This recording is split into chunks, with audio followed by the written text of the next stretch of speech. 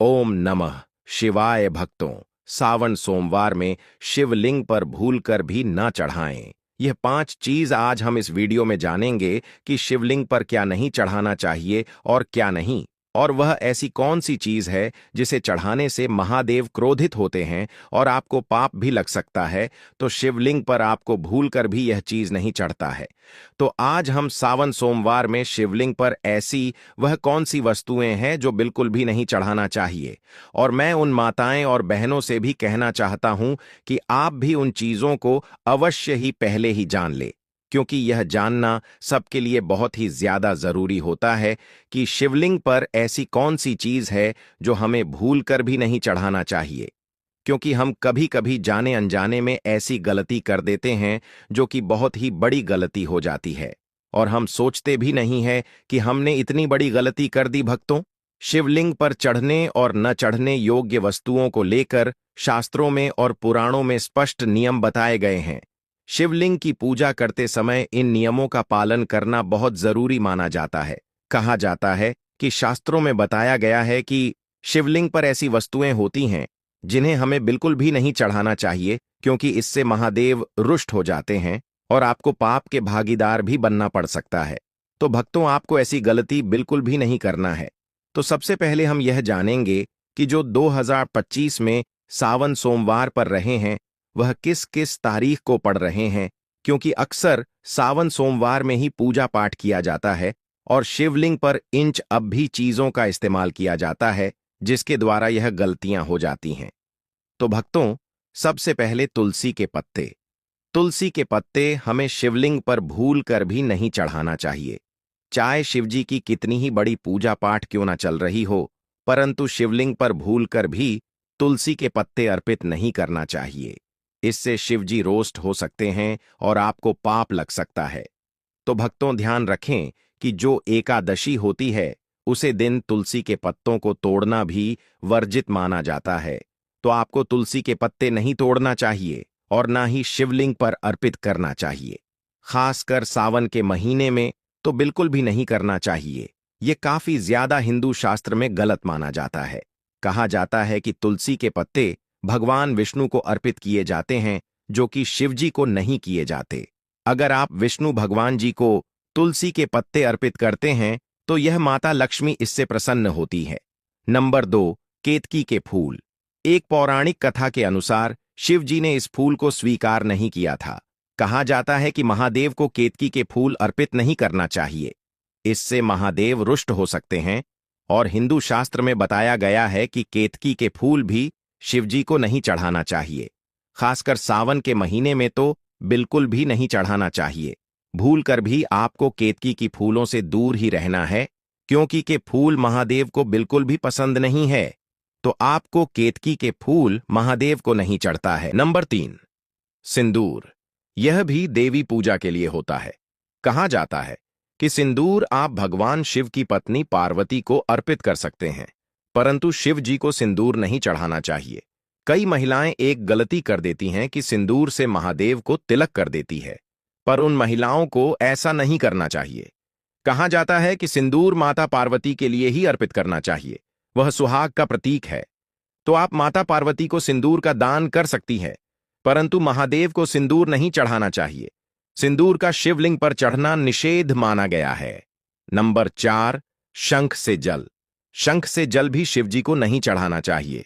कहा जाता है कि शंख भगवान विष्णु का प्रतीक माना जाता है और शंख से शिवजी को जल भी नहीं चढ़ाना चाहिए।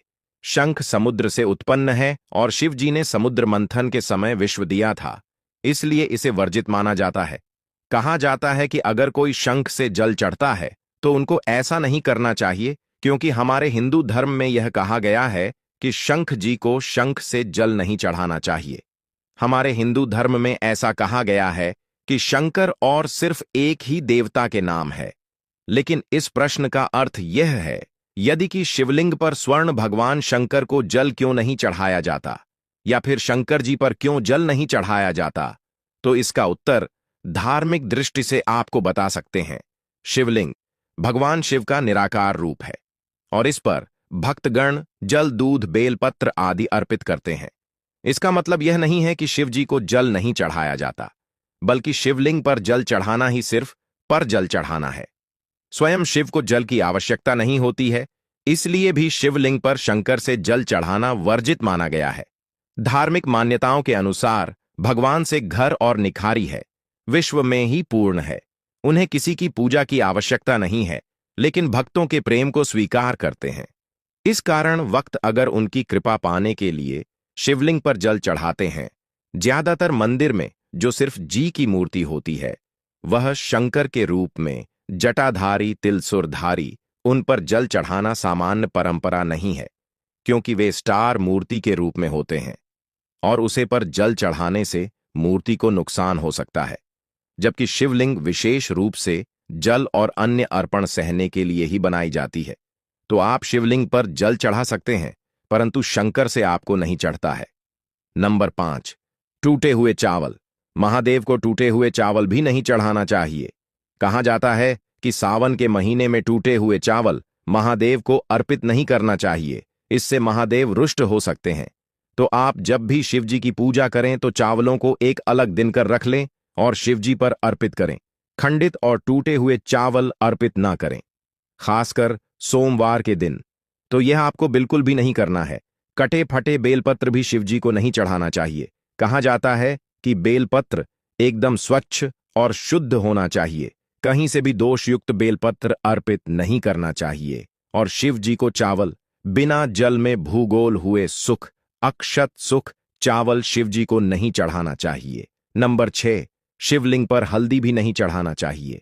तो चलिए आपको यह भी बता देते हैं कि शिवलिंग पर हल्दी क्यों नहीं चढ़ाई जाती। कहा जाता है कि हमारे हिंदू धर्म में शिवलिंग पर हल्दी इसलिए नहीं चढ़ाई जाती क्योंकि हल्दी में गम तासीर होती है, जबकि महादेव को शीतल चीज पसंद है, यानी कि ठंडी, जो उनको ठंडक दे, जबकि घर हल्दी गर्म चीज होती है। और भी हम जानते हैं कि शिवलिंग पर हल्दी क्यों नहीं चढ़ाई जाती है। कहा जाता है कि भगवान शिव को विराट तपस्वी और अहंकारी का प्रतीक माना जाता है। वह बैरागी है कि देवता है।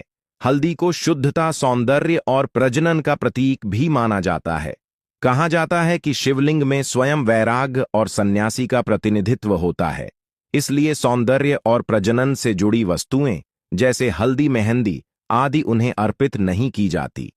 हल्दी का संबंध परंपरागत रूप से स्त्रियों के विवाह और सौभाग्य से जुड़ा है।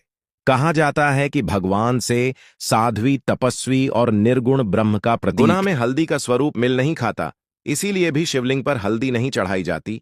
और भी इसका कारण है, जैसे कि गर्म हल्दी गर्म तासीर की होती है और शिवजी को शीतलता पसंद है, इसलिए शिवलिंग पर दूध, जल, बेलपत्र, भस्म आदि शीतल और सात्विक चीज चढ़ाई जाती है।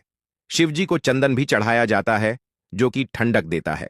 कहा जाता है कि शिवजी को चंदन चढ़ाना काफी ज्यादा शुभ और फलकारी माना गया है, जबकि हल्दी शिवजी पर चढ़ना वर्जित मानी गई है। शास्त्रों और परंपराओं के अनुसार हल्दी शिवलिंग पर चढ़ना वर्जित मानी गई है।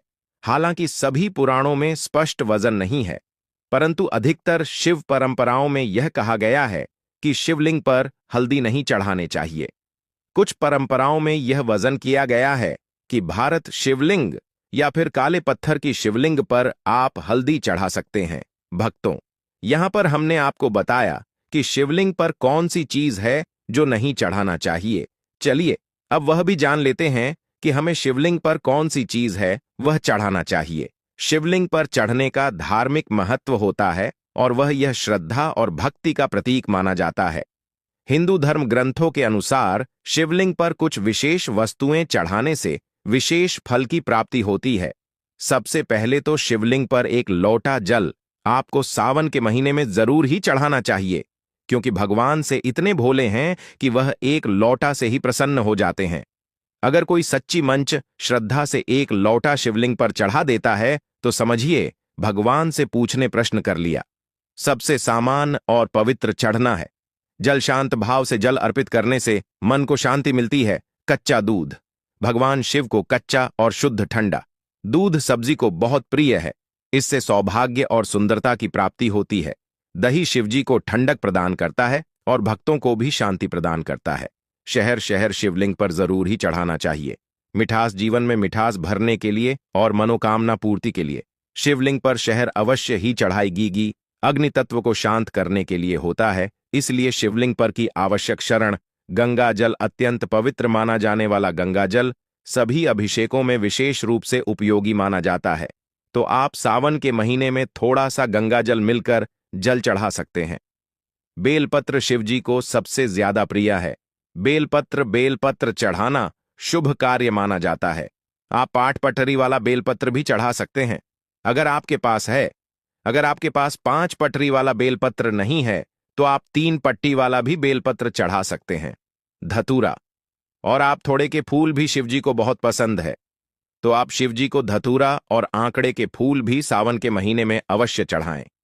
विश्व तत्व भी शिवजी को अत्यंत प्रिय है। इन्हें विशेष रूप से नाग पंचमी यहां पर सावन में ही चढ़ाया जाता है। कहा जाता है कि सावन के महीने में तो शिवजी का सबसे प्रिय जो है वह है नाक को भी दूध पिलाना काफी ज्यादा शुभकारी माना जाता है। तो अगर आपके पास कहीं भी स्वामी वगैरह है तो आप सावन के महीने में उसे पर दूध अवश्य ही चढ़ाई। भस्म शिवजी का प्रमुख श्रृंगार है। भारत में विभूति मोक्ष और वैराग्य का प्रतीक है। कहा जाता है कि सावन के महीने में शिवजी को ठंडक प्रदान करने वाली भस्म जरूर ही चढ़ाई। सफेद फूल जैसे कि चमेली, कुंड, बिल आदि भी शिवजी को जरूर चढ़ाना चाहिए।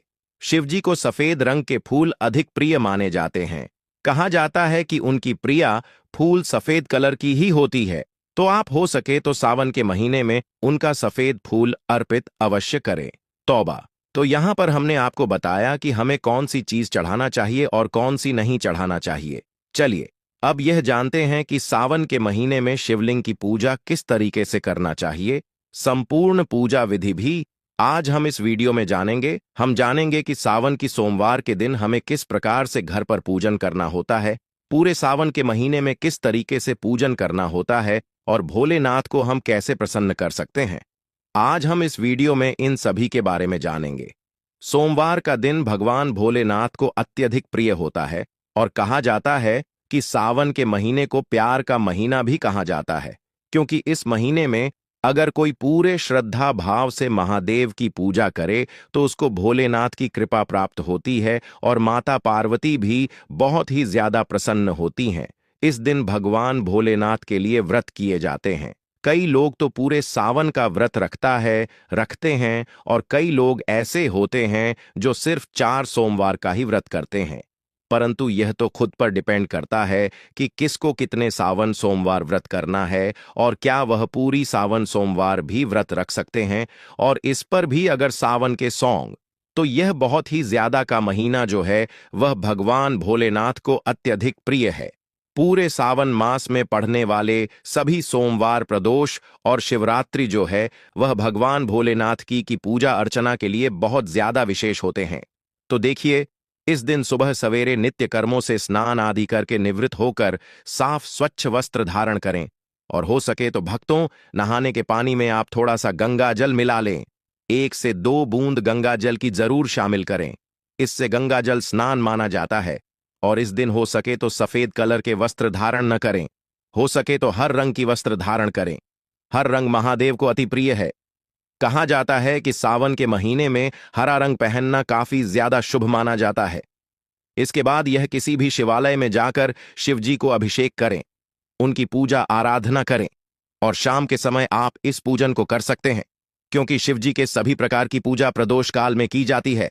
और अगर शाम को समय ना हो तो आप सुबह भी पूजन को कर सकते हैं। तो इस प्रकार से चौकी या पेट पर सफेद या हरे रंग का हम वस्त्र बढ़ा लेंगे। और अच्छा तो का यह फूलों का आसान देते हुए यहां पर हम शिव परिवार को विराजमान कर लेंगे। अब देखिए, हम शिव जी का अभिषेक, यह तो आप स्वास्तिक बना लीजिए। यहां पर मैं ओम बना रहे हूं, अब हमें लेना है और बेलपत्र का आसान देते हुए यहां पर हम शिवलिंग को विराजमान कर लेंगे। आप किसी भी तरह का शिवलिंग ले सकते हैं, पत्थर का, स्फटिक का।